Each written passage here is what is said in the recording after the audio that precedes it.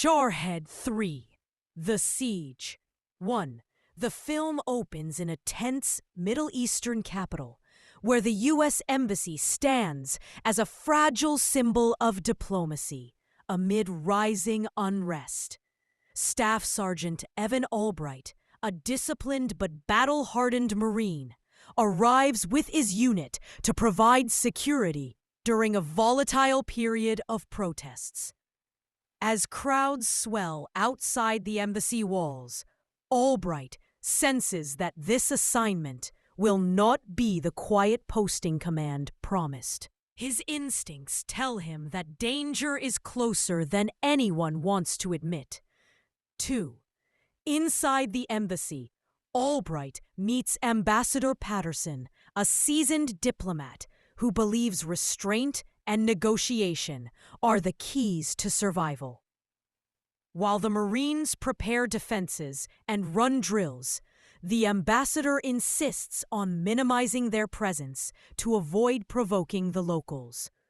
Albright struggles with this philosophy, torn between his duty to protect American lives and orders to stand down unless absolutely necessary. The protests suddenly turn violent when an extremist militia exploits the chaos. Armed attackers breach the outer perimeter, overwhelming local security forces. Explosions rock nearby streets, and gunfire echoes through the compound.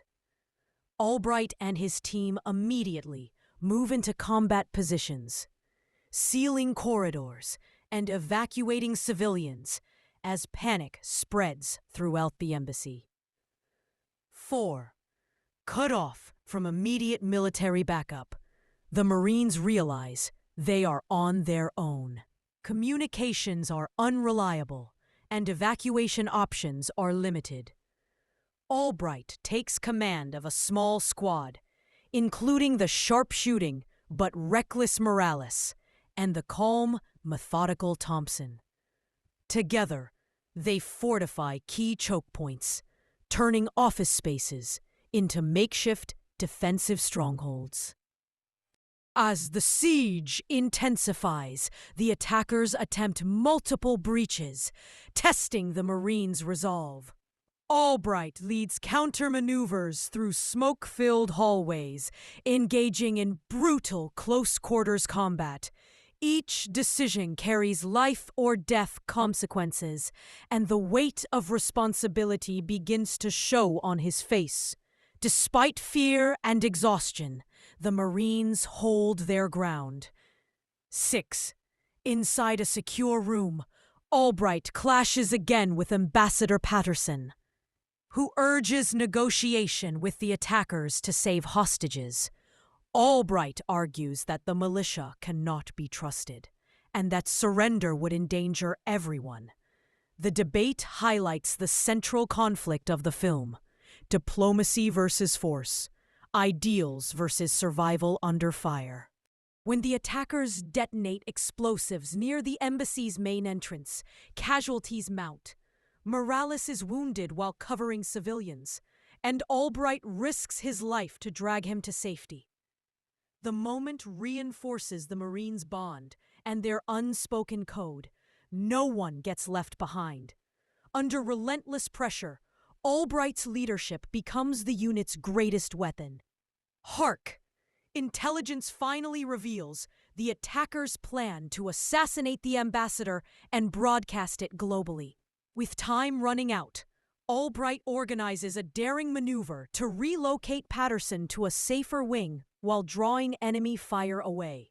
The plan succeeds, but only after a fierce firefight that leaves the embassy scarred and the Marines nearly out of ammunition.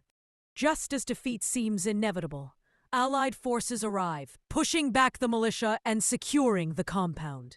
The siege ends in a storm of gunfire and shouting orders, followed by sudden, unsettling silence. Survivors emerge from hiding, shaken but alive. Albright watches as the flag still flies above the embassy, battered yet standing. 10.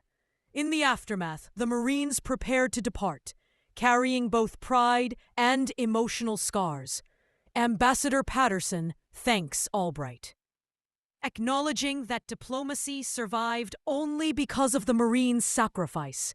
As Albright looks back at the embassy one last time, he reflects on the cost of duty and the thin line between peace and war, knowing that some battles are fought not for glory, but simply so others can live.